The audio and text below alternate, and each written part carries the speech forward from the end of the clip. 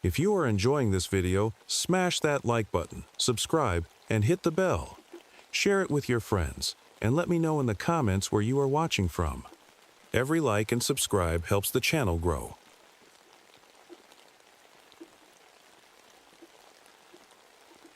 My name is Robert Blackwood, and this happened to me back in 1977.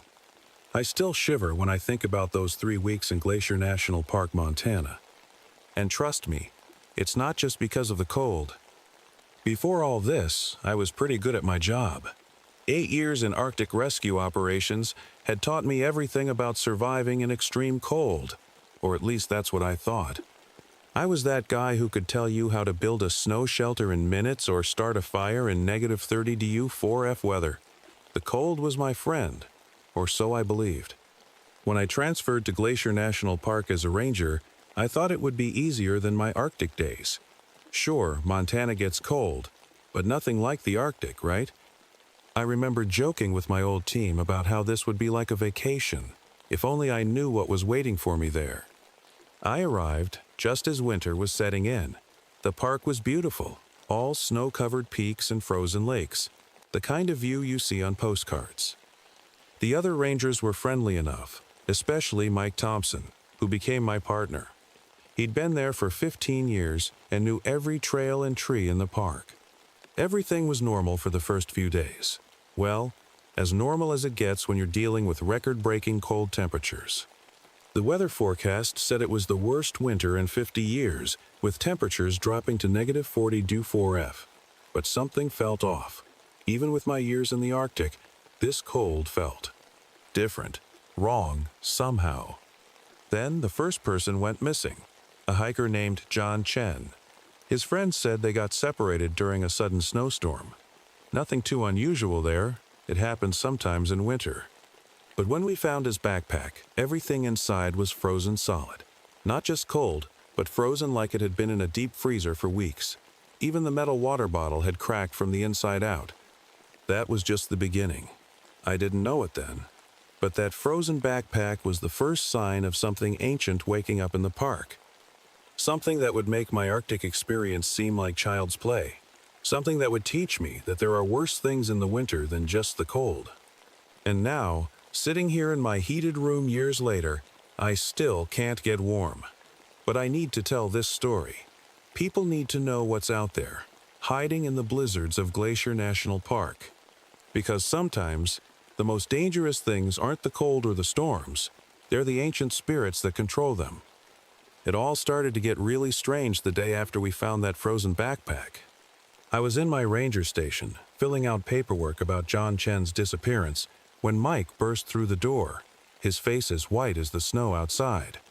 "Rob, you need to see this," he said, his breath coming out in quick puffs. "We found something.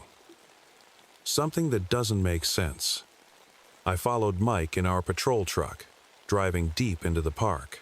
The temperature gauge in our truck kept dropping. Negative 30 DU 4F, negative 35 DU 4F, negative 40 DU 4F. Even for Montana in winter, this wasn't normal. Our truck's heater was at full blast, but I could still feel the cold creeping in through the windows. We stopped near Pine Trail, where 3 more hikers had gone missing overnight. What I saw there still haunts me. There were footprints in the snow, barefoot prints. Who would walk barefoot in this weather? The prints went on for almost a mile, and beside them were pieces of clothing, a jacket here, a boot there, like someone had been taking off their clothes while walking. "That's not the worst part," Mike said, pointing ahead. "Look." About 50 yards ahead, we found a group of deer. They were frozen solid, standing up, like they'd been turned to ice in mid-step.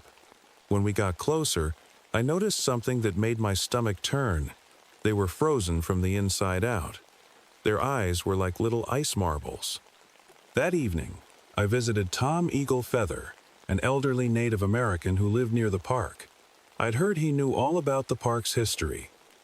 As soon as I mentioned the frozen animals and the barefoot prints, his friendly smile disappeared.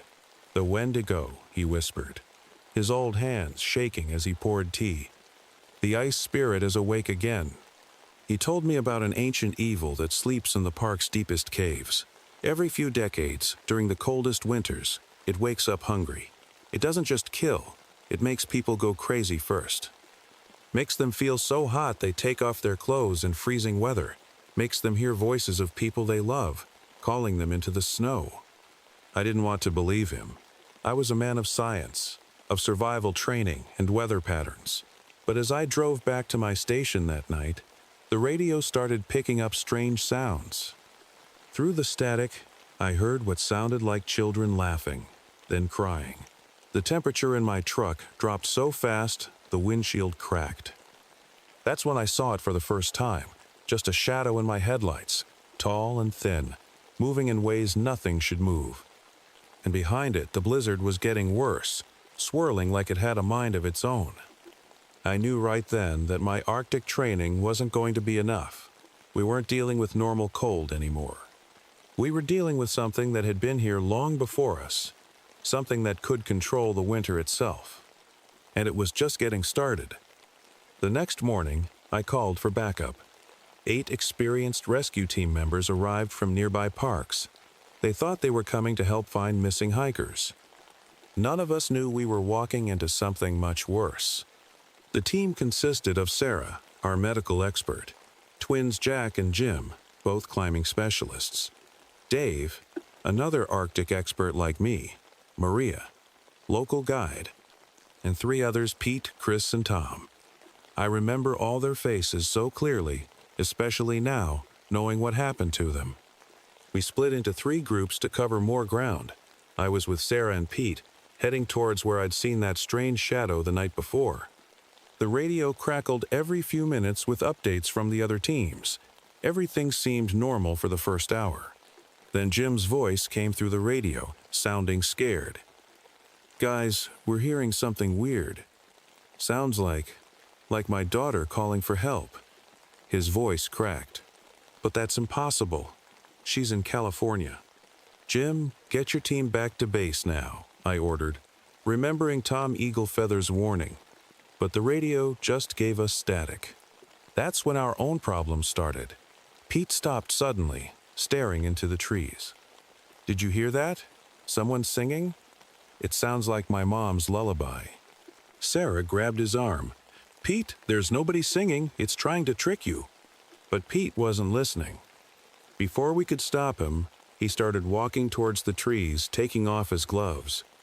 "It's so hot," he mumbled. "Why is it so hot?" I tried to grab him, but the air around him was so cold it burned my hands. The temperature dropped so fast, our breath turned to ice crystals before it could even form clouds. Sarah's medical equipment froze and cracked in her bag.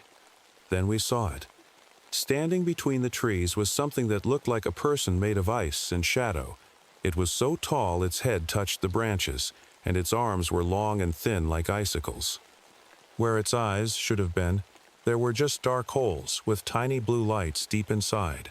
Pete walked towards it like he was in a trance. Sarah screamed and I pulled out my gun. But what good would bullets do against something like that? The thing reached out one long arm, and Pete just stopped moving. I watched in horror as frost crept up his legs, his body, his face. In seconds, he was completely frozen, a look of peaceful confusion still on his face. The creature turned those hollow eyes toward us. The blizzard around us got worse, snow swirling like a tornado. Sarah and I ran. We ran faster than I've ever run in my life, the sound of cracking ice and whispered voices following us all the way back to base. When we got there, we found out Jim's team was missing. The other team made it back, but they were badly shaken.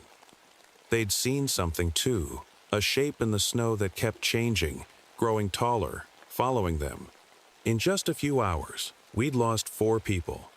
And as the sun set and the temperature kept dropping, we all knew one thing. This was just the beginning of our nightmare. We huddled in the main ranger station that night, trying to make a plan. The remaining 6 of us, me, Sarah, Maria, Dave, Chris, and Tom, sat around the radio, hoping to hear from Jim's team. But we only heard strange whispers and what sounded like ice cracking. The station's heater was running full blast, but it kept getting colder. Frost started creeping up the windows from the inside. Maria, who'd lived in Montana her whole life, kept saying this wasn't natural. "Even the worst storms don't feel like this," she whispered, wrapping herself in another blanket. Around midnight, we heard screaming outside. It sounded like Jim. Chris jumped up to help, but I grabbed his arm. "Wait," I said. "Remember what happened to Pete? It mimics voices." But then we heard Jim's voice again, clearer this time. "Help, please, it's right behind me." Dave couldn't take it anymore. Before anyone could stop him, he grabbed a flashlight and ran outside. We watched through the frosted windows as his flashlight beam bounced through the darkness. Then we heard him yell. When his flashlight stopped moving, Sarah and I went out to look. We found Dave about 50 yards from the station. He was just standing there, staring up at the sky, completely frozen. His flashlight had frozen too, the beam trapped in the ice like a frozen lightning bolt. That's when we saw them, Jim and his team. They were all frozen, posed like they were running from something. Their faces showed pure terror. The snow around them was swirling in impossible patterns, and the air was so cold it hurt to breathe. We ran back inside, but things only got worse. The radio started playing voices. Voices of our families, our friends, all calling for help. Chris started crying when he heard his little brother begging him to come outside. Then Maria noticed something that made us all go quiet. The shadows in the corner of the room were moving, growing, taking shape. "Look at the walls," Tom whispered. Ancient symbols were appearing in the frost on the walls. They looked like the ones Tom Eagle Feather had shown me, but they were forming by themselves, like invisible fingers were drawing them. The temperature inside dropped so low, our coffee froze solid in our cups. The lights started flickering, and in those moments of darkness, we could see it. A tall, thin shape moving past the windows. With each pass, it got closer. Sarah grabbed my arm so hard it hurt. "Rob," she said, pointing at Tom, "look at his eyes." Tom was staring out the window, but his eyes, they were turning blue, ice blue, just like the lights we'd seen in the creature's empty eye sockets. He turned to us slowly, frost spreading across his face, and smiled. But it wasn't Tom's smile anymore. "It's so warm in here," he said in a voice that wasn't his own. "Let's open a window and let the cold in."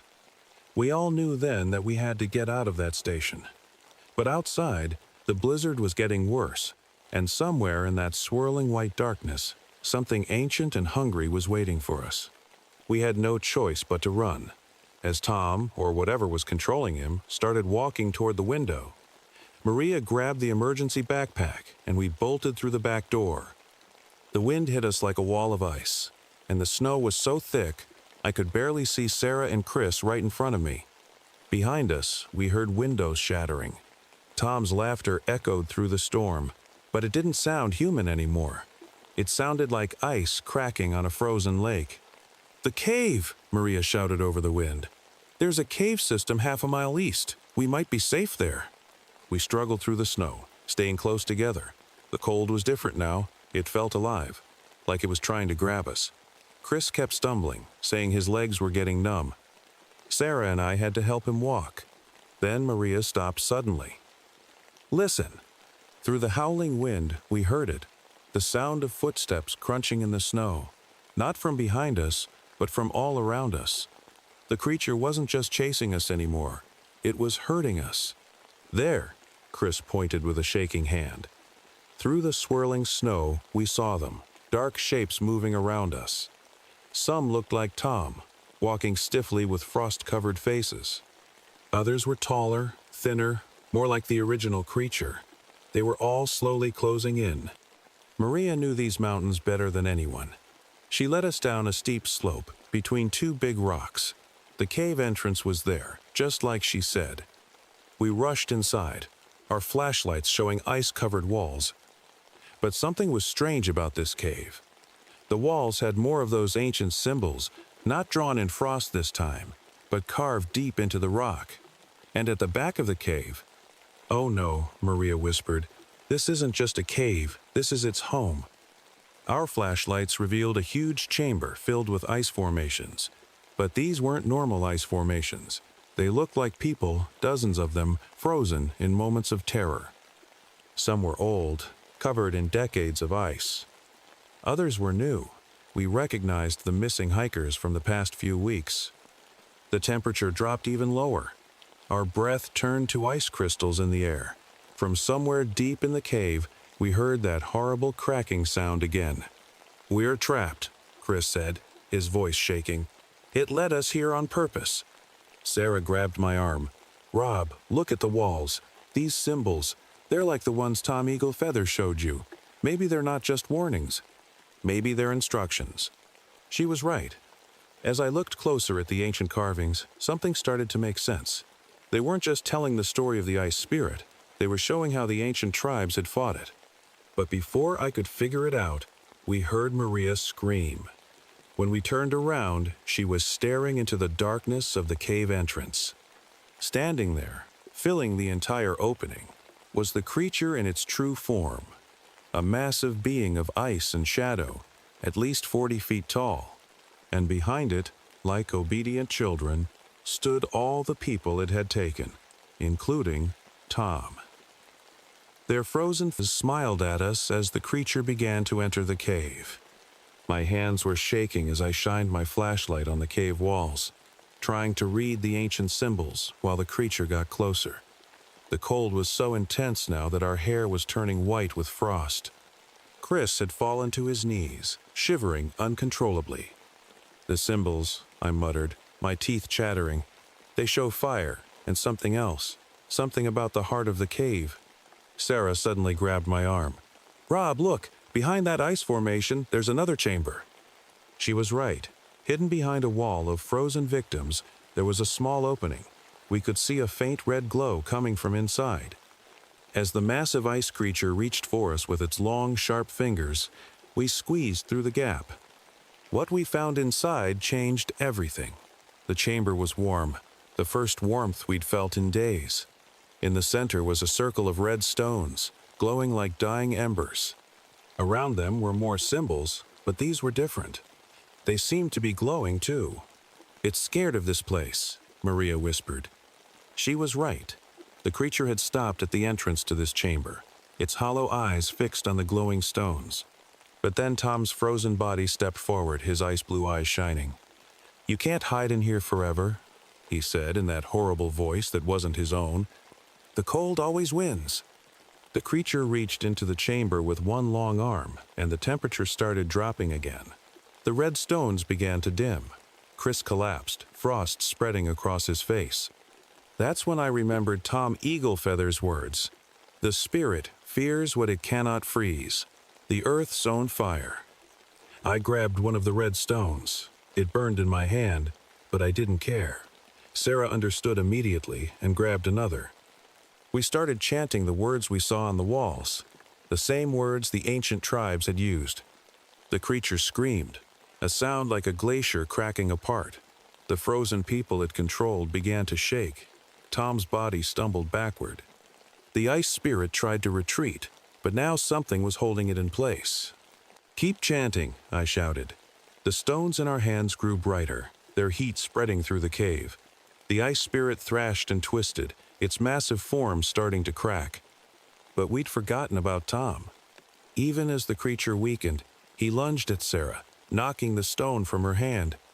"If I die," he said in that terrible voice, "I'm taking you with me." I had to make a choice. Sarah was my friend, but Tom was already gone. I threw my stone at him, watching as it burned through the ice that had taken over his body. He screamed, first with the creature's voice, then, at the very end, with his own. The ice spirit gave one final, deafening shriek. The cave filled with blinding light.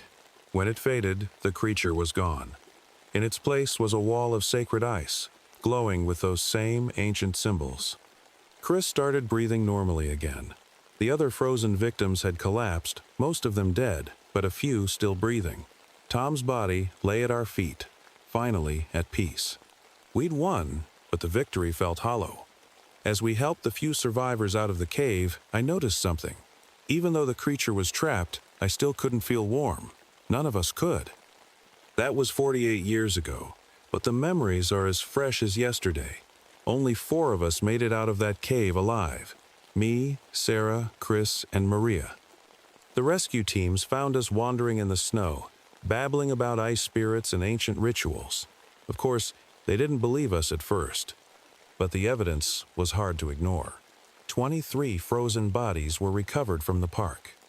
The strange ice formation in the cave still stands today, though the Park Service keeps that section strictly off limits. Every now and then, during particularly cold winters, they say you can hear cracking sounds coming from deep inside. We all carried scars from that night. Chris never regained full feeling in his legs. Maria moved to Florida, saying she never wanted to see snow again. Sarah became obsessed with studying ancient tribal legends, trying to understand what we'd faced. As for me, I still work as a park ranger, but in Arizona now. Even with the desert heat, I can't get warm. Doctors say there's nothing physically wrong with me, but I know better. That kind of cold, it stays with you. Every winter, I send a package to Tom Eagle Feather's grandson. It contains supplies for the offering ritual, sage, tobacco, and special herbs that he leaves at the cave entrance. Some people think it's just superstition, but we know better. We know what sleeps in that ice. Sometimes, on cold nights, I dream about those hollow blue eyes and hear that crackling voice. I wake up to find frost on my windows, even here in the Arizona desert. That's when I remember Tom Eagle Feather's last warning. The spirit is not dead, just sleeping. And someday, during a winter cold enough, those ancient seals might weaken. Last week, I got a call from the current chief ranger at Glacier National Park. They're predicting the coldest winter in recorded history. And people have started reporting strange sounds in the blizzards, voices calling them into the snow. I'm getting too old for another fight like that. But I've passed this story on to you because someone needs to know. Someone needs to be ready. Because in Glacier National Park, when the temperature drops below -40 dU4F, and you hear voices in the storm, don't listen. Don't look back. And whatever you do, don't take off your coat. Because sometimes, the worst kind of cold isn't the one that freezes your body. It's the kind that freezes your soul.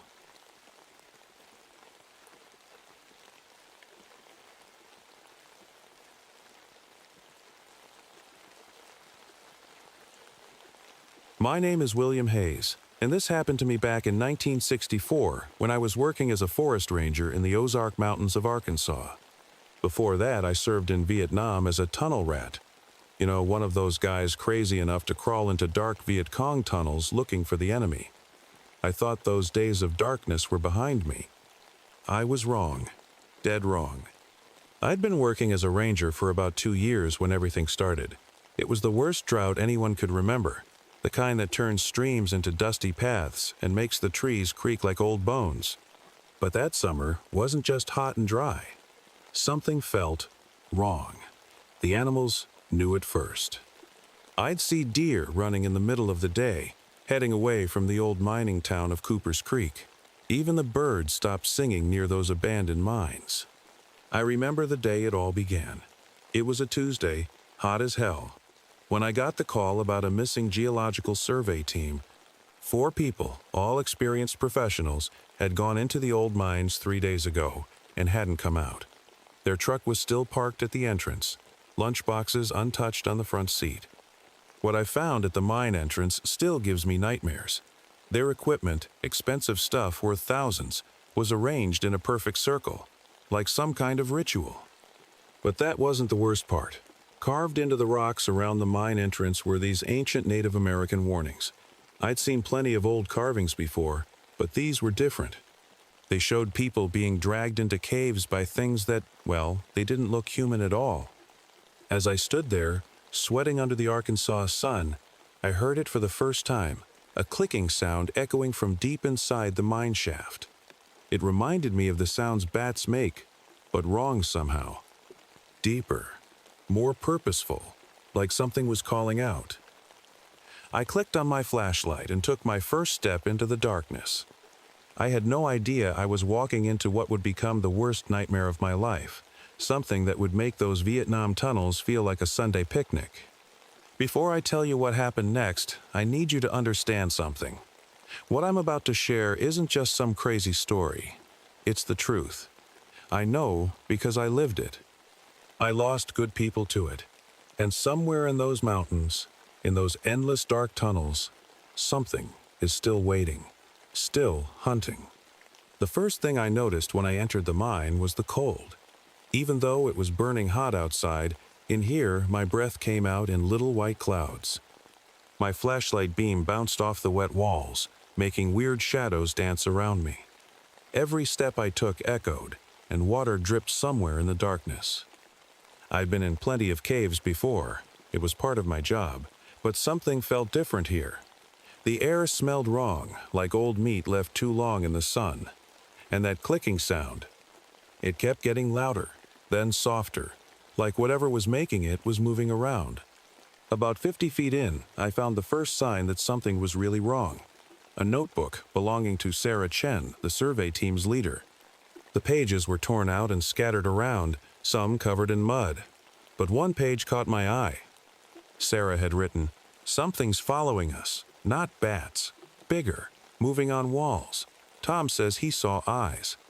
My hand started shaking a bit as I picked up another page. This one had a rough sketch, something long and pale, with too many legs, climbing up a cave wall. Below it, Sarah had written, "They're getting closer. They mimic our voices. Don't trust if you hear us calling." That's when I heard it. Sarah's voice, clear as day, calling from deeper in the mine, "Help! We're trapped down here, please." I knew right then it couldn't be her. The voice was perfect, too perfect, like someone playing a recording. My years in Vietnam had taught me to trust my gut, and right now every instinct was screaming at me to run. Then my flashlight caught something that made my blood freeze. On the wall, about head height, was a handprint, but not a normal one. The fingers were too long, bent in ways human fingers couldn't bend, and it was fresh. Whatever made it was still wet. The clicking sounds suddenly got much closer. They were coming from all around me now. And for the first time, I realized what they reminded me of, the sound of teeth chattering. Hundreds of teeth, all clicking together. I took one step backward, then another. That's when my flashlight beam caught something moving on the ceiling. Something white and long, with too many joints, crawling fast toward me. I didn't stick around to get a better look. I turned and ran, faster than I'd ever run in my life. Behind me, Sarah's voice called out again, but this time it changed halfway through, turning into something else. A high-pitched screech that no human throat could make. I made it back to the entrance, my heart pounding so hard I thought it might burst. As I stood there in the sunlight, catching my breath, I knew two things for certain. First, the survey team was dead. And second, whatever killed them wasn't human. I had to call for help, but as I would soon learn, asking for help would only lead to more deaths, and the beginning of a nightmare that would haunt these mountains forever. I called the sheriff's office as soon as I got back to my ranger station. Within 2 hours, Sheriff Mike Collins arrived with 4 deputies and a local cave expert named Jim Wheeler. None of them really believed my story about the strange creatures, but they couldn't ignore 4 missing people. "Maybe they just got lost," Sheriff Collins said, checking his gun. "Happens all the time in these old mines." I shook my head. "Mike, I've been in those tunnels. Something's in there. Something dangerous." We geared up with better flashlights, rope, and radios. Jim brought maps of the old mine system, spreading them out on my truck's hood. "There are 3 main tunnels," he explained. "They go down about 200 feet, then connect to a bigger chamber where they used to dig for silver." As we walked back to the mine entrance, I noticed something that made my skin crawl. The equipment circle I'd seen earlier was gone. Not scattered, gone. Like something had dragged it away while I was gone. "Look at this," Deputy Rodriguez called out. He was pointing at the ground near the entrance. There were drag marks in the dirt, leading into the mine. And something else, a trail of dark liquid that looked too thick to be water. We split into two groups. I went with Sheriff Collins and Deputy Rodriguez, while Jim led the other three deputies through a different tunnel. We had our radios set to Channel 3 and agreed to check in every 15 minutes. The clicking sound started almost immediately. Sheriff Collins finally believed me when we saw the first creature. It moved so fast that our flashlights barely caught it, a pale, long thing crawling up the wall like a spider. Rodriguez fired his gun, the sound exploding in the tunnel, but the thing was already gone. Then our radio crackled. Jim's voice came through, shaking with fear. "There's something down here. We found. Oh God. We found parts of the survey team. They're still fresh.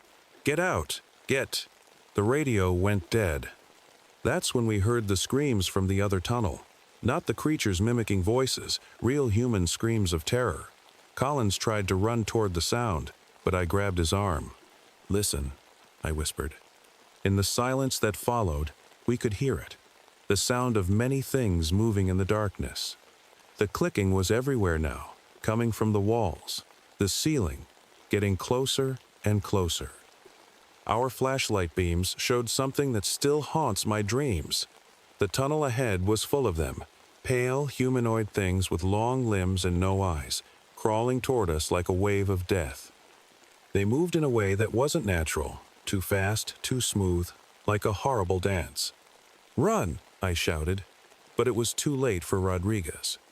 One of the creatures dropped from the ceiling, its long fingers wrapping around his shoulders. The last thing I saw as Collins and I ran was Rodriguez being pulled up into the darkness, his scream cutting off suddenly. We ran until our lungs burned, the creatures right behind us. Collins tripped, and I turned back to help him. That's when I saw their faces up close for the first time. Where eyes should be, they had only smooth white skin. Their mouths. God, their mouths were full of teeth that clicked together like castanets. Collins and I barely made it out of the mine.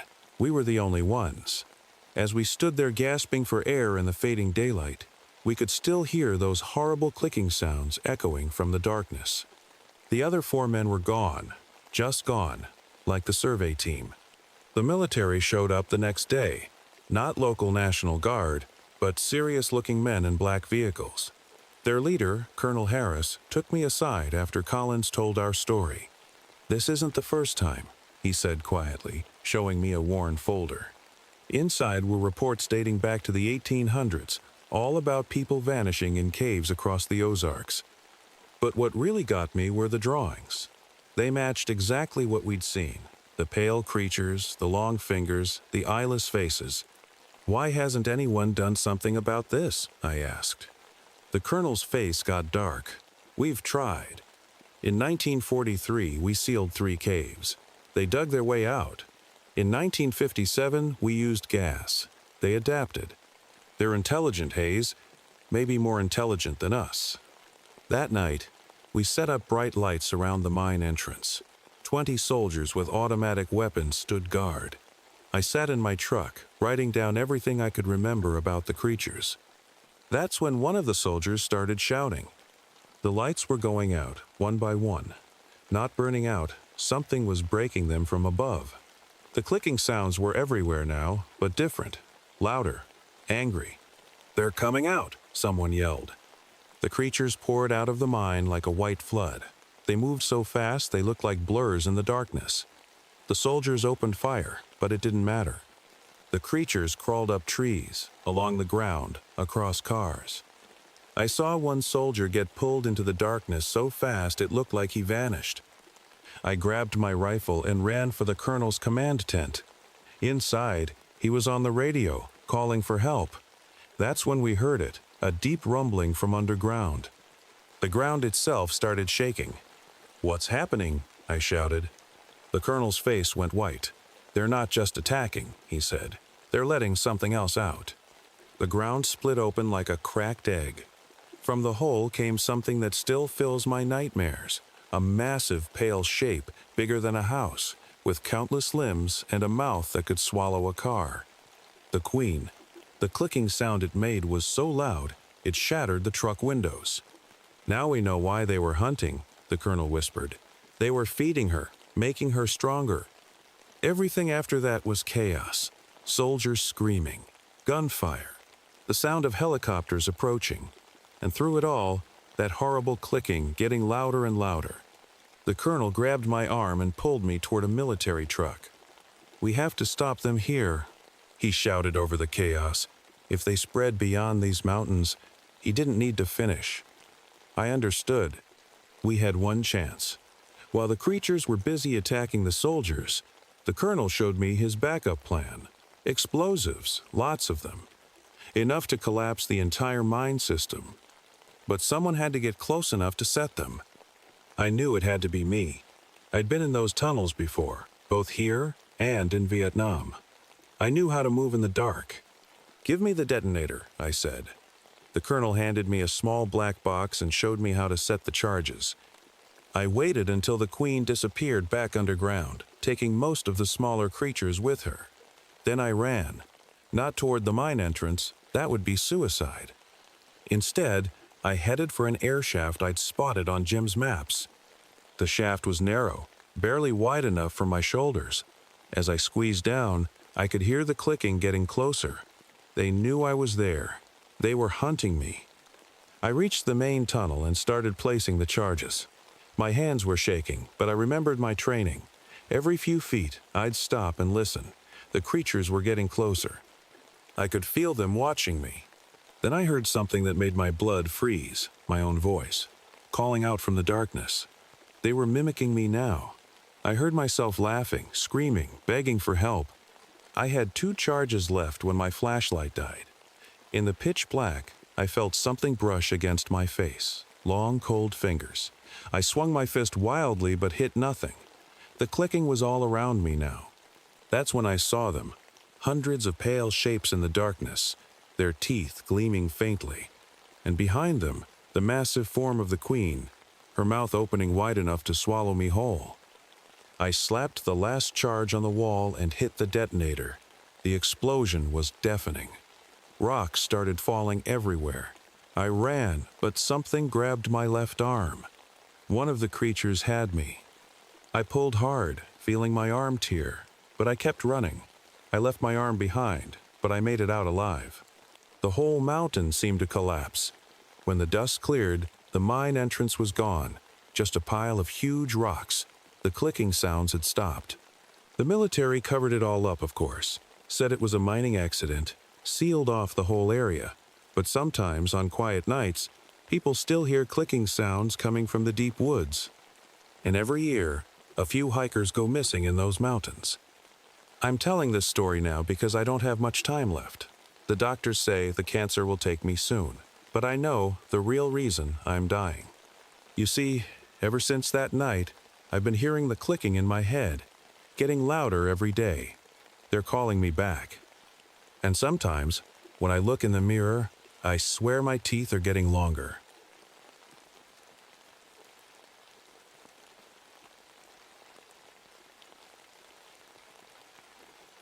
My name is John Running Bear, and this happened to me back in 1953.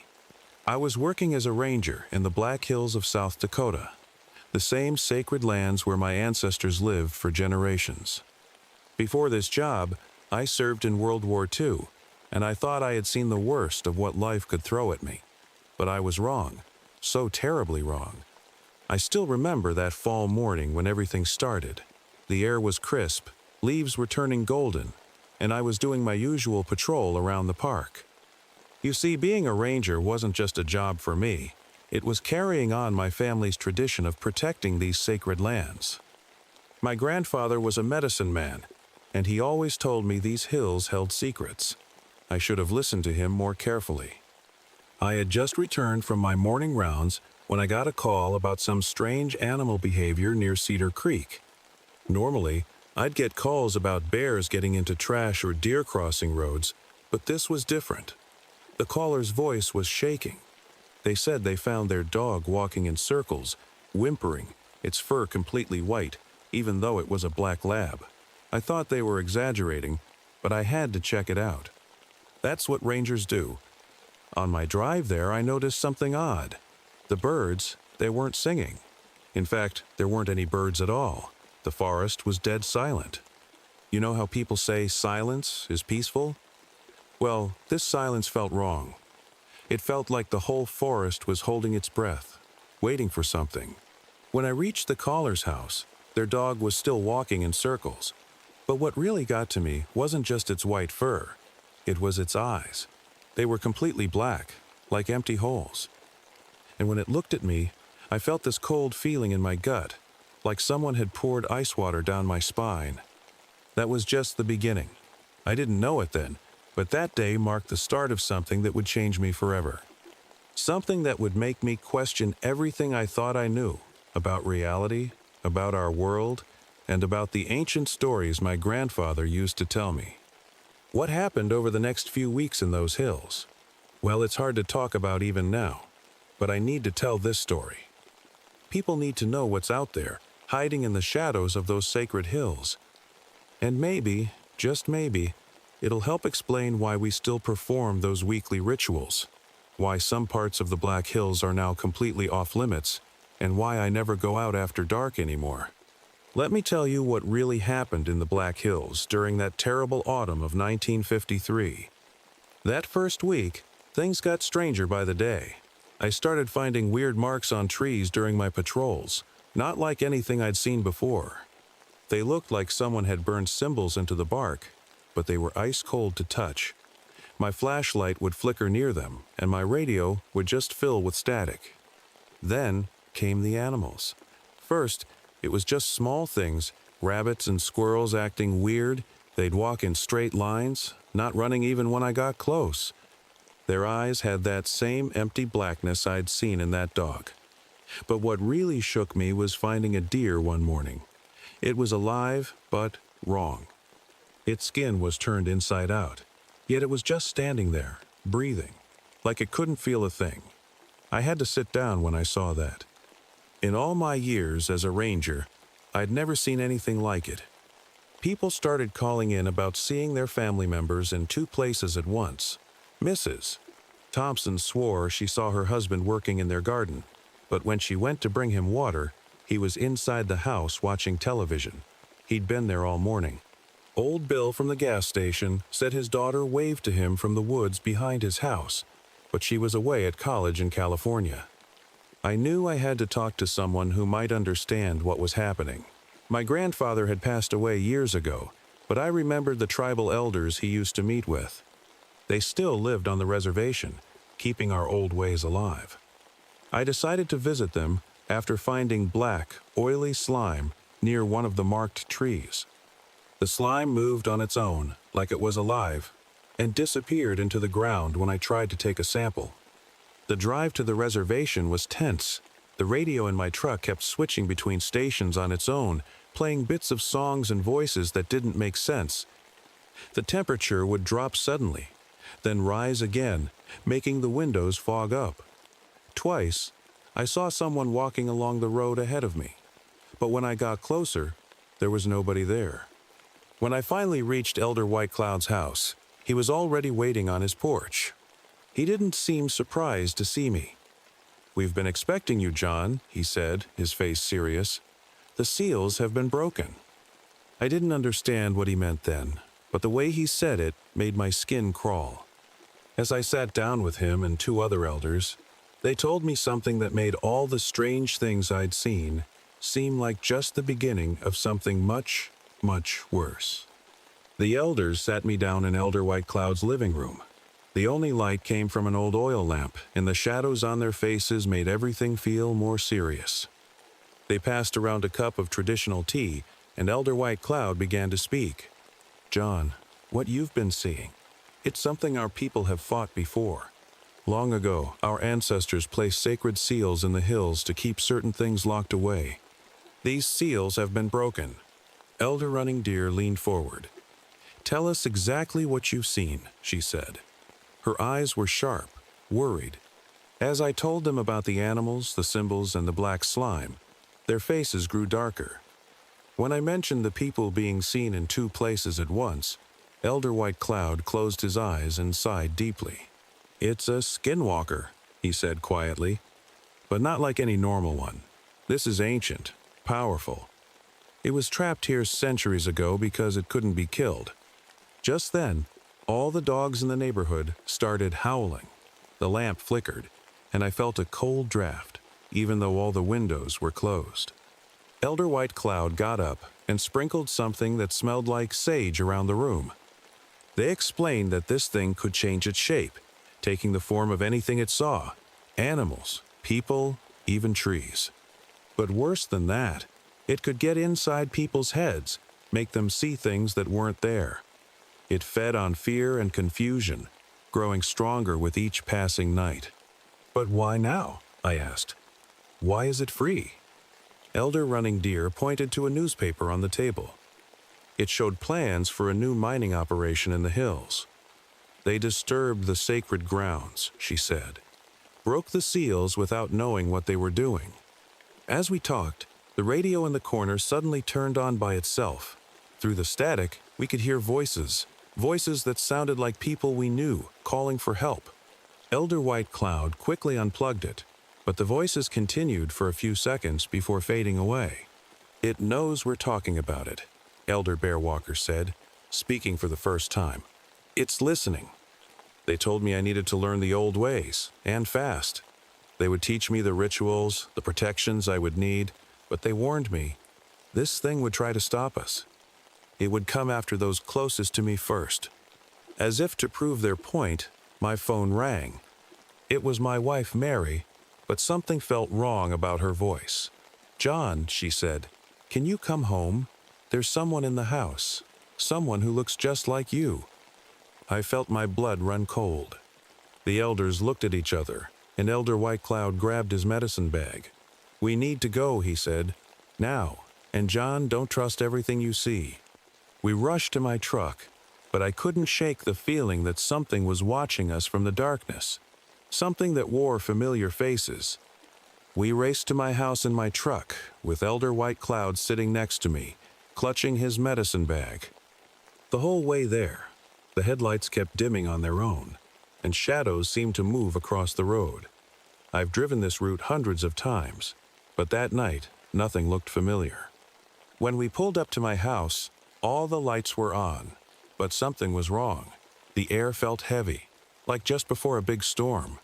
My dog Rex, who usually barked at everyone, was silent. We found him hiding under the porch, shaking. Mary? I called out as we entered. Mary, where are you? In the kitchen, John. Two voices answered at the same time. Both sounded exactly like my wife. Elder White Cloud grabbed my arm. Wait, he whispered. He took out some sage from his bag and lit it. The smoke drifted through the house, and that's when we heard it, a hissing sound, like an angry snake. We walked into the kitchen, and I'll never forget what I saw. There were two Marys. One was backed into a corner, terrified. The other was standing by the stove, stirring a pot like it was just another normal evening. They looked exactly the same blue dress, same brown hair, same everything. John, they both said, reaching out to me, that's not really me. That's the thing. Elder White Cloud raised his hand and started chanting softly. The smoke from the sage swirled around both figures. Suddenly, one of the Marys let out a terrible screech. Her face. It started to ripple, like water when you throw a stone in it. Her eyes turned completely black. Get back! Elder White Cloud shouted, throwing something from his bag at the creature. It looked like salt mixed with herbs. When it hit the false Mary, it screamed. The sound was like metal scratching on glass. Then it just melted, leaving behind that same black slime I'd seen in the woods. The real Mary ran to me, shaking. It came to the door looking exactly like you, she sobbed. But something felt wrong. Its eyes, they were so empty. But we couldn't relax yet. Outside, all the streetlights started flickering. Through our windows, we could see our neighbors walking out of their houses, all moving in the same weird way, all coming toward our house. Elder White Cloud looked grim. It's angry now, he said, and it's calling for help. We need to get to the sacred grounds before midnight. It's the only place we might be safe. As we rushed to gather what we needed, Mary suddenly grabbed my arm. "John," she whispered, pointing at our hallway mirror. Our reflections. They were smiling back at us, even though none of us were smiling. We had to get out of there, fast. We ran to my truck, with Mary holding Rex close. The neighbors were getting closer, all moving like puppets on strings. Their faces looked normal, but their eyes, all black, just like before. Elder White Cloud threw more of his sacred herbs behind us as we drove away. The drive to the sacred grounds was like a nightmare. The roads kept changing. Paths I'd known my whole life suddenly led to wrong places. The trees seemed to bend toward us, and shadows moved between them. My truck's engine kept sputtering, like something was trying to stop us. "Look at the moon," Mary whispered. We all looked up. There were 3 moons in the sky, all blood red. Elder White Cloud said it was the creature playing with our minds, trying to scare us. Then we saw it, a figure standing in the middle of the road. It looked like my father, who had passed away years ago. He was waving, asking us to stop. I almost hit the brakes, but Elder White Cloud grabbed my arm. "It's not real, John," he said firmly. "Your father is gone. This thing, it digs into our memories, uses them against us." I drove straight through the figure. It burst into black smoke that clung to our windshield. Rex started howling, and the truck's radio turned on by itself, playing voices of children laughing. Finally, we reached the sacred grounds. It was an old clearing, surrounded by ancient trees. Elder White Cloud had called ahead. 3 more elders were waiting for us with torches and more supplies. But something was wrong. The grass was covered in that black slime, and the air felt like static before lightning strikes. "We need to hurry," Elder White Cloud said, drawing a large circle in the dirt with special powder. "The creature is coming, and it's bringing others." Just then, Mary screamed. Coming out of the trees were copies. Copies of everyone we knew, our neighbors, family members, even ourselves. They walked slowly, some moving like their joints were backward. Each one had those terrible black eyes. "Get in the circle," Elder Running Deer shouted. "Don't step out, no matter what you see." The elders began chanting, and the powder circle started to glow slightly. The copies stopped at its edge, hissing and changing shape. One moment they were people, then animals, then things I can't even describe. That's when we heard it, a deep sound, like 1,000 voices screaming underwater. The real battle was about to begin, and we were trapped in that glowing circle, surrounded by our worst nightmares come to life. The elders formed a circle around us, still chanting. The copies of our friends and family kept changing shapes, trying to trick us into stepping out of the circle. I held Mary close, and Rex pressed against our legs, whimpering. Then everything went quiet, too quiet, the kind of quiet that hurts your ears. "It's coming," Elder White Cloud said softly. "The real one, the ancient one." The ground started shaking. From between the trees, something dark emerged. At first, it looked like black smoke, but then it started taking shape. It tried to look human, but everything was wrong. Its limbs were too long. Its movements weren't natural. Its face kept changing, showing everyone we knew, one after another. "John," it said using my mother's voice, "why are you fighting me? I can give you everything you want." The air got so cold our breath turned to frost. The creature started walking around our circle, dragging its fingers in the dirt. Where it touched, the ground turned black and started bubbling. "Don't listen," Elder Running Deer warned. "It lies. That's all it does." Suddenly, the thing stopped. It looked straight at me, with eyes that seemed to go on forever. Then it smiled, the most terrible smile I've ever seen. That's when it started showing us things. We saw our town burning. We saw our friends hurting each other. We saw ourselves doing terrible things. Mary started crying, and even the elders looked scared. The images felt so real, I could smell the smoke, feel the heat. But then I remembered something my grandfather taught me. Fear is like a river, John. You can let it drown you, or you can learn to swim. I squeezed Mary's hand, and started singing the protection song my grandfather had taught me when I was little. Elder White Cloud joined in, then the others. Even though my voice was shaking, I kept going. The creature screamed, a sound that made the trees bend. It started changing faster and faster, like it was losing control. The copies around us began melting back into black slime. "Now!" Elder White Cloud shouted. The elders raised their hands, still chanting. The circle of powder burst into bright blue light. The creature tried to back away, but something was holding it there. The creature thrashed and howled as the blue light grew brighter. The air filled with whispers, thousands of them speaking in languages I'd never heard. Elder White Cloud's voice rose above the chaos. "John," he called out, "the pouch around your neck, your grandfather's medicine bag. We need it now." I'd almost forgotten about it. Grandpa had given it to me before he died, making me promise to always keep it close. With shaking hands, I pulled it out. It was warm to the touch and vibrating slightly. "Open it," Elder Running Deer shouted. "Throw the contents at the creature." Inside was just a handful of what looked like regular dirt, but when I opened the pouch, it glowed like embers. The creature saw it and shrieked, trying to back away. "That's sacred earth from these hills," Elder White Cloud explained quickly. "From before it was trapped here. It remembers what this place should be." I threw the dirt straight at the creature. The moment it hit, everything went crazy. The ground cracked open, releasing a bright golden light. The creature's screams became deafening. It started to fold in on itself, like paper burning from the inside out. But it wasn't giving up. As it burned, it made one last terrible attempt. Suddenly, I saw my grandfather standing there, looking exactly like I remembered him. "Johnny," it said in his voice, "don't do this. It's really me." For a second, my heart stopped. It looked so real, that kind smile, the wrinkles around his eyes. But then I noticed something. No shadow.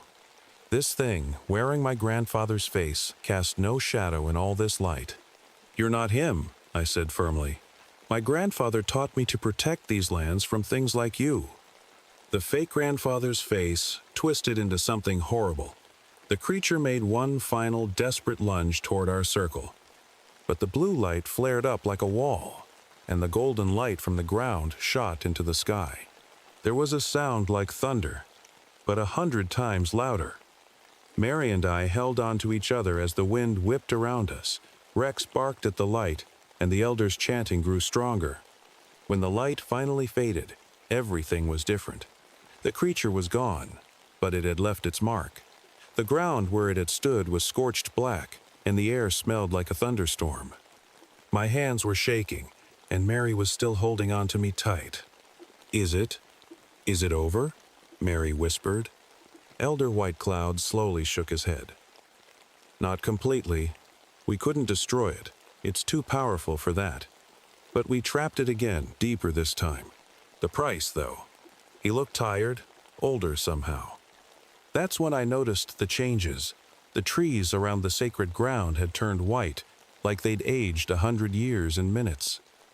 The grass had strange patterns burned into it, patterns that seemed to move when you looked at them too long. And the air, it felt different, heavier. "The land will never be the same," Elder Running Deer said softly, "and neither will we." She was right. Over the next few days, we discovered just how much that night had changed things. Some parts of the Black Hills became wrong. Places where compasses spin in circles and watches run backward. Areas where the birds never fly and nothing grows. The nightmares started that first night, not just for me, but for everyone who was there. We see things in our sleep, things that the creature showed us. Sometimes I wake up and can't tell if I'm really awake or if it's just another trick. We had to start doing weekly rituals to keep the seals strong. Every Friday at sunset, the elders gather at the sacred grounds. Sometimes, on really quiet nights, we can hear something deep underground, scratching to get out. Mary and I still live here, but things are different now. Rex won't go near certain parts of the forest. We keep sage burning in every room, and there's salt across every doorway. Sometimes, when I look in mirrors, I catch myself checking to make sure my reflection moves when I do. The strangest part? The creature left something behind in all of us who were there. Sometimes we know things we shouldn't know, see things we shouldn't be able to see. Elder White Cloud says it's like a scar, a reminder that some boundaries weren't meant to be crossed. People ask me why I stay, knowing what's buried here. The truth is, someone has to stand guard. Someone has to remember what happened that night in 1953, when the thing in the dark almost broke free. It's been over 70 years since that night, but some things you never forget. I'm an old man now, but I still serve as a guardian of these lands, teaching the younger generation what I learned. Every now and then, someone will notice strange things in the Black Hills, a shadow that moves the wrong way, a voice that calls your name in an empty room, or their reflection in a window that doesn't quite match their movements. When that happens, they come to me. I tell them this story as a warning. The creature is still down there waiting. Sometimes, on cold nights when the moon is full, we can feel it testing the seals. That's why we keep up the rituals. That's why we never stopped watching. Last week, a young ranger found new symbols carved into trees near the old mining site. And yesterday, Mrs. Thompson's grandson said he saw himself walking in his backyard while he was inside watching television. The signs are starting again. Elder White Cloud is gone now, like most of the others who were there that night. But before he passed, he told me something important. The creature is patient, John. It can wait for centuries, and next time it will be stronger. Mary still holds my hand during thunderstorms, and Rex's great-great-grandson sleeps by our bed every night. The sacred pouch around my neck is worn thin now, but I never take it off. Some nights, I catch myself staring at the hills, wondering if we really won that night, or if we just bought ourselves some time. To anyone reading this, if you ever find yourself in the Black Hills, and things start feeling wrong, if animals act strange, or you see something that can't be real, remember my story. Don't trust everything you see, and whatever you do, don't answer if you hear someone you love calling from the woods. Because sometimes, the deepest darkness wears a familiar face.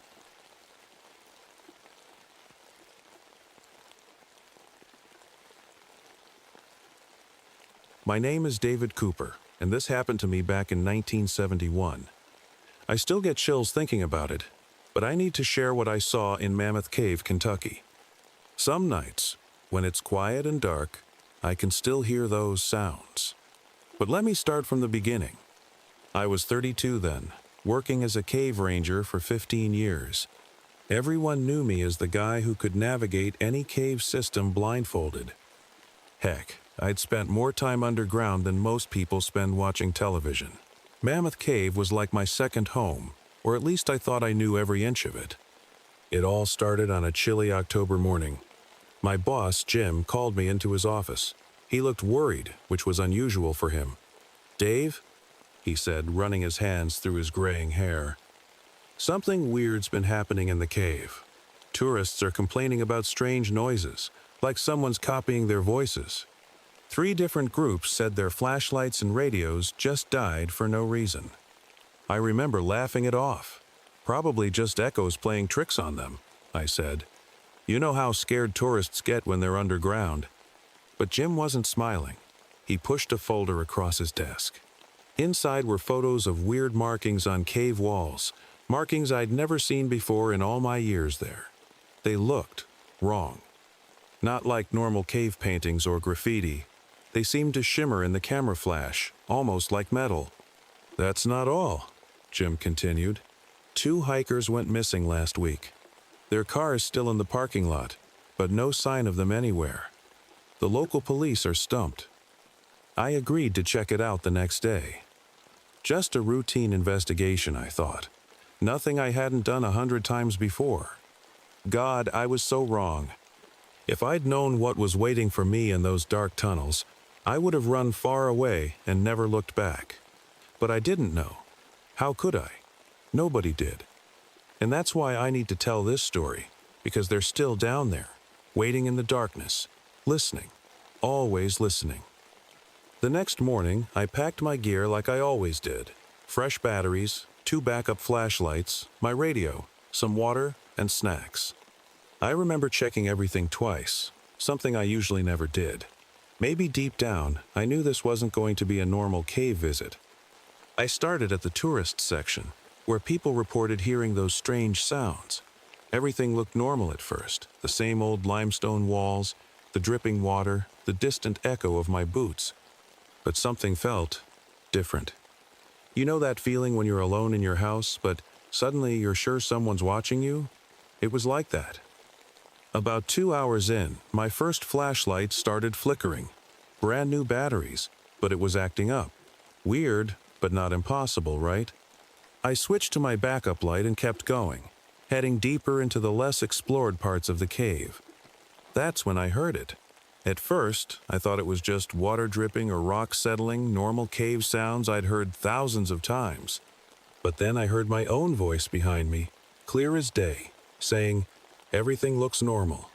Except I hadn't spoken. I spun around, heart pounding. Nothing but darkness. My hands were shaking as I swept the flashlight beam across the walls. And that's when I saw them, the markings Jim had shown me in the photos. But these were different. These were fresh, still glistening on the rock like wet metal. I reached out to touch one, and it was warm. Cave walls are never warm. My radio crackled to life, making me jump. Through the static, I heard voices, lots of voices. Some sounded like tourists I'd guided last week, others I didn't recognize. They were all talking at once, calling for help, laughing, crying. But there was nobody else in this section of the cave. Nobody but me. I clicked my radio button. "Base, this is Cooper. Do you copy?" Nothing but those strange echoing voices. Then my second flashlight started to die. That's when I saw the footprints. They weren't human, too long, too narrow, with weird marks where toes should be. And they were headed deeper into the cave, toward an opening I'd never noticed before. I should have turned back. Everything I knew about cave safety said to turn back. But I had to know. Those missing hikers might be down there. At least, that's what I told myself. So I followed the footprints, my dying flashlight barely lighting the way. With each step, the voices on my radio grew louder, clearer. And somewhere ahead in the darkness, something was waiting for me. The tunnel was different from any I'd seen in Mammoth Cave before. The walls were smooth, almost polished, like someone, or something, had carved them out. My flashlight was barely working now, giving off just enough light to see a few feet ahead. The voices from my radio suddenly stopped, leaving only a heavy silence. You know how people say silence is deafening? I never understood that until that moment. The only sound was my own breathing and heartbeat. Then I saw it, a backpack propped against the wall. It was covered in dust, but I could tell it was new. Next to it lay a camera, the kind tourists usually carry. These must have belonged to the missing hikers. But something was wrong. The backpack had weird marks on it, like someone had grabbed it with long, sharp fingers. I picked up the camera with shaking hands. It still worked. Flipping through the photos, my blood ran cold. The last few pictures showed something tall and thin moving in the darkness. The final photo was just a blur of pale, stretched-out faces. That's when I heard the scraping sound behind me. I turned slowly, my weak flashlight beam showing nothing but darkness. But the scraping got louder, like nails on stone, coming closer. Then, my last flashlight died completely. In the pitch black, I heard something breathing. Not normal breathing. It was like the sound of wind through a long tunnel, but with a rhythm to it. It was close, very close. Then it spoke. Not with one voice, but with many voices all at once. I heard my own voice, the missing hikers' voices, and others I didn't recognize, all mixed together. "Welcome, David Cooper. We've been waiting for you." My legs wouldn't move. I wanted to run, but where? I was lost in a tunnel I'd never seen before, in complete darkness, and something impossible was standing right in front of me. That's when they turned on their own lights. The lights weren't bright. They were more like a dim bluish glow coming from their, well, I guess you'd call them bodies. Standing there, I finally saw what had been hunting in these caves, and my mind struggled to accept what I was seeing. They were tall, maybe 7 or 8 feet, and impossibly thin, like shadows stretched out into human shapes. Their skin was pale, almost see-through, and seemed to pulse with that faint blue light. But their faces, God, their faces. They had dozens of them, all shifting and changing, like living masks. I recognized some, faces of people who'd gone missing in these caves over the years. I backed away slowly, my back hitting the cold cave wall. That's when I noticed something even stranger. They moved without making a sound. Not a footstep, not a breath. Just that weird scraping noise when their long fingers touched the rock walls. "We have watched you, David Cooper," they said, using all those stolen voices at once. "You know these caves. You understand the darkness. You will help us." "Help you what?" I managed to whisper. "To feed, to grow, to reach the surface." My radio suddenly burst to life with static, making me jump. Through the noise, I heard Jim's voice. "Cooper, do you copy? Where are you?" The creatures tilted their many-faced heads, listening. Then one of them reached for my radio with its long, pale fingers. I did the only thing I could think of. I threw the radio as hard as I could and ran. I ran like I'd never run before, in complete darkness, not knowing where I was going. Behind me, I heard them moving, fast and silent, except for that awful scraping sound. Then I tripped. I felt myself falling, tumbling down what felt like a steep slope. When I finally stopped rolling, I found myself in somewhere even worse, a massive cave chamber I'd never seen before. And I wasn't alone. My eyes slowly adjusted to the darkness of the huge chamber. What I saw made my blood freeze. This wasn't just a cave, it was a city. An underground city that shouldn't exist. The walls were lined with those strange metallic markings, all glowing with that same blue light. But now I could see they weren't just random patterns. They were writing, maps, and drawings of the surface world. They'd been studying us, planning. In the center of the chamber stood what looked like giant honeycomb structures, but made of some strange, shimmering material. Inside each cell, I could see. Oh God, I can barely talk about it even now. People. Dozens of them suspended in some kind of clear liquid. Some I recognized from missing persons reports going back years. They were alive but asleep, being kept like food in a pantry. Beautiful, isn't it? The voice came from behind me, using the mixed voices again. "We have lived here since before your kind built their first cities. We feed, we grow, we wait." I turned to face them. There were more now, at least 20 of these creatures, all glowing softly in the darkness. Their faces kept shifting, showing all the people they'd taken over the years. "Why are you showing me this?" I asked, trying to keep my voice steady. "Because you will help us reach the surface," they said. "The time has come. Your world above has grown too loud, too bright. We need the darkness to spread." That's when I noticed something terrifying. They were building something. In the shadows, I could see more of them working on huge machines, unlike anything I'd ever seen. They looked like giant speakers, but wrong somehow, twisted and alien. "What are those?" I whispered. "Sound is power," they replied. "Sound shapes stone. Sound breaks minds. Sound will help us take your world." Then they showed me exactly what they meant. And what happened next? Well, that's when things got really bad. One of them moved toward one of those strange machines. With their long fingers, they touched something, and suddenly, the sound began. It wasn't loud at first, just a low hum that I felt more than heard. But then it grew. My head started to hurt, and I felt dizzy. The sound was everywhere, inside my mind, making it hard to think. I watched in horror as the cave walls around us started to vibrate, then crack. Small rocks fell from the ceiling, then bigger ones. They were controlling the cave itself with sound. "This is just a taste," they said, their voices now sounding like they were inside my head. Imagine this power in your cities, your homes. The surface dwellers will have nowhere to hide. I pressed my hands against my ears, but it didn't help. The sound got worse. I saw one of the massive rocks near me start to crumble, turning to dust right before my eyes. That's when I realized they weren't just planning to attack the surface, they were going to destroy everything with these sound weapons.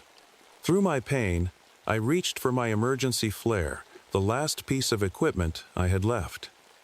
The creatures had never seen bright light before, and I knew this might be my only chance. "Stop!" I shouted. "You've been down here so long, you've forgotten about one thing we have up there."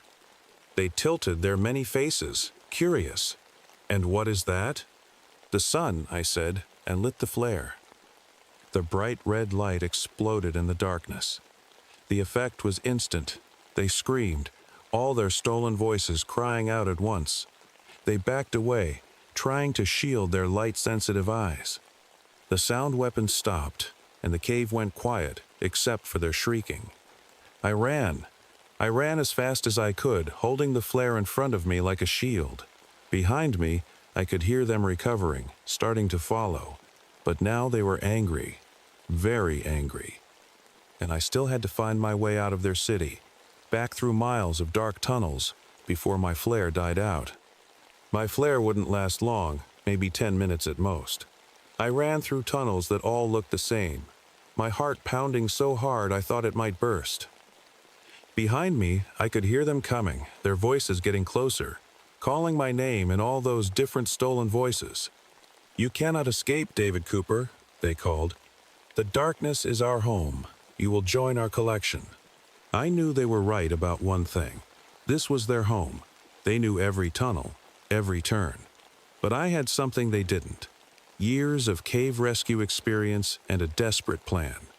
I remembered the old mining tunnels that connected to this part of the cave. If I could find them, they might lead to the surface. The flare's light was getting weaker, and I could hear them getting closer. Their scraping sounds were all around me now. They were trying to surround me.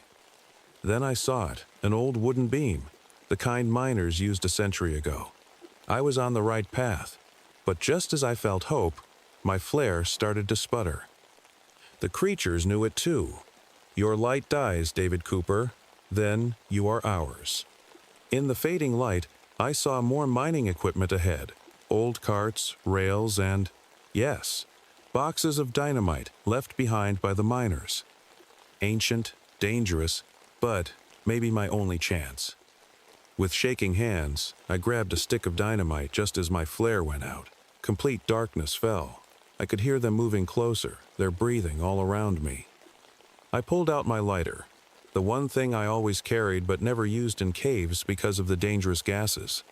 "One more step," I said into the darkness, "and I'll light this dynamite. We'll all go up together." They stopped moving.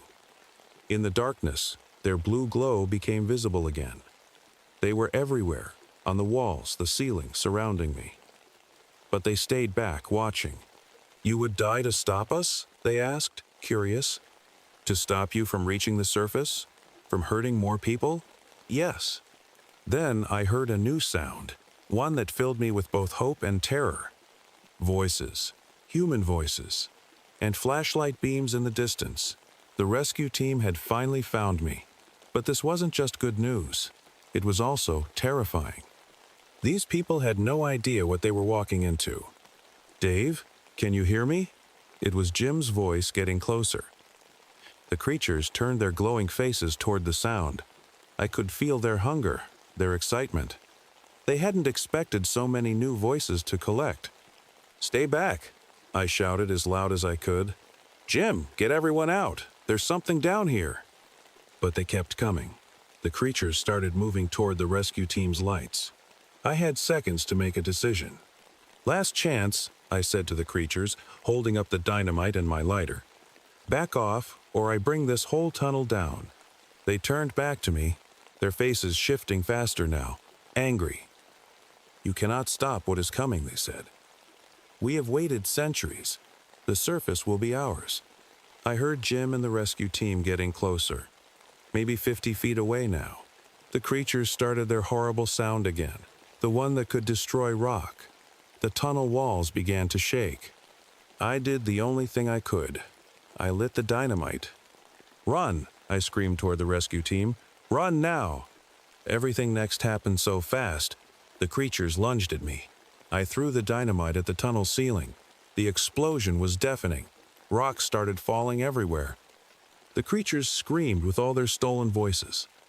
The last thing I remember was a rock hitting my head, and then darkness. I woke up in the hospital 3 days later. The doctors told me I was lucky to be alive. The rescue team had managed to pull me out just before the whole tunnel collapsed. But something was wrong. I couldn't hear anything. The explosion had damaged my ears permanently. Jim visited me in the hospital. He looked older somehow, worried. He handed me a notepad to communicate. What he wrote shocked me. "The government's here. They're covering everything up, saying it was just a cave-in." But I knew better. Through my hospital window, I could see men in dark suits talking to the doctors. They came to my room later, made me sign papers, told me I could never talk about what really happened. But that's not why I'm breaking my silence now. It's because of what I see in the news these days. People still go missing near caves, not just at Mammoth Cave, but all over the country. And sometimes, late at night, people report hearing strange sounds, voices that sound like their loved ones, calling them from the darkness. You see, not all the creatures died in that explosion. I know because sometimes, on quiet nights, I feel those vibrations again. Even though I'm deaf, I can feel them through the ground. They're still down there, growing stronger, waiting. The sound weapons they were building? Those were just the beginning. The worst part? Every now and then, I see people in my town. Normal-looking people, but their faces sometimes shift, just for a second. And when they talk, their voices sound wrong. Like many voices speaking at once. They're already here, living among us. The invasion didn't stop that day in the cave. It just changed tactics. So next time you hear a familiar voice calling you from a dark place, remember my story, and whatever you do, don't answer. Because they're listening. They're always listening. And they remember every voice they hear. Last week, something happened that proves they're getting bolder. I was at the grocery store, just a normal evening shopping trip. That's when I saw Mrs. Johnson, who lives next door to me. She was standing in the cereal aisle, completely still, staring at nothing. I walked closer, concerned. Even though I can't hear, I've gotten good at reading lips and feeling vibrations. But when she turned to me, my blood ran cold. For just a split second, her face shifted, like a television with bad reception, switching between channels. She smiled, but it wasn't her smile. I felt those familiar vibrations in the floor, the same ones from the cave. Through her lips, I could make out words that weren't hers. "Remember us, David Cooper?" I dropped my shopping basket and backed away. Other shoppers started acting strange too. They all turned to look at me, their faces flickering.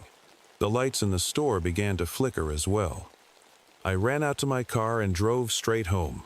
But that's not the worst part. Yesterday, they started building something in the old factory at the edge of town.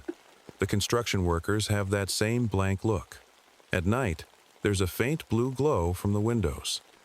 And people who live nearby say they're hearing voices, familiar voices, calling them in the middle of the night. I've tried warning people, but who's going to believe a deaf old cave ranger? The government men in suits show up every time I try to speak up. They watch my house. They follow me. But I had to tell this story, because I think they're almost ready. Ready for whatever they were planning back in 1971. The sound weapons, the harvesting, it's all starting again. So if you live near caves, or if you start hearing familiar voices calling you from dark places, or if you notice people acting strange with faces that don't look quite right, run. Run as fast as you can. Because the Hollow Men aren't just in Mammoth Cave anymore. They're everywhere. And this time, I don't think dynamite will be enough to stop them. I'm writing this last part quickly because I don't have much time.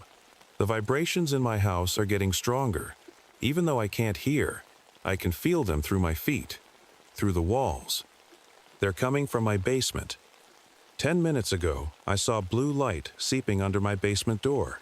The kind of light I haven't seen since 1971. My phone stopped working.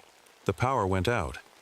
But my computer still works, running on battery, which is why I can share this final warning. Through my window, I can see more houses on my street going dark.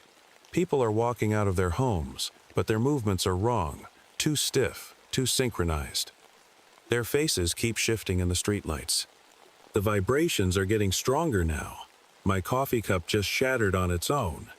The windows are starting to crack. They're using their sound weapons again, but this time it's different. Stronger. More controlled. Wait, someone's knocking on my door. Through the peephole, I see Mrs. Johnson again. But behind her are others, dozens of them, all with those shifting faces. They're speaking with my own voice, calling my name. The basement door just opened by itself. I can see those tall, thin shapes coming up my stairs, glowing blue in the darkness. Their faces, all those faces they've collected over the years, are shifting faster now, hungry, waiting. This is my last message to anyone reading. They're not just in caves anymore. They're in our towns, our homes, our lives. And tonight, they're finally making their move. If you start feeling strange vibrations, if you hear familiar voices calling when they shouldn't be, if you see faces that don't look quite right, don't wait. Don't try to fight. Just rue. Message ends. Recording archived by Government Facility.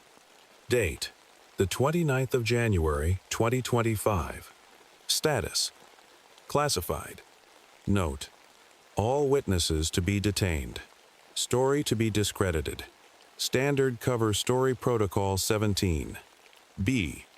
To be implemented immediately.